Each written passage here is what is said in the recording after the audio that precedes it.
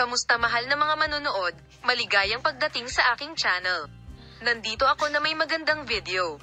Bago lumipat sa aming video, huwag kalimutang mag-subscribe sa aking channel, i-like ang aking video, ibahagi ito at ibahagi ang iyong mga saloobin sa amin sa seksyon ng mga komento. Minamahal na mga manonood, ang aming mga sikat at matagumpay na aktor na sina Engin Akyurek at Tagbabuyak Ustan ay patuloy na pinapanatili ang kanilang pribadong buhay malayo sa agenda. At ginagawa nila ang kanilang makakaya para dito. Gayunpaman, ang mga tagahanga ng social media at magazine ay nanunood ng may pag-usisa sa bawat lalaki na sina Engin Akyurek at Tagbabuyak Ustan. Ang mga post sa social media ng aming matagumpay na mag-asawa at ang pinakabagong balita ng sanggol ng duo ay lubos na pinahahalagahan, at sina Engin Akyurek at Tagbabuyak Ustan ay natuwa sa social media sa pamamagitan ng pagbibigay ng magandang balita ng kanilang sanggol.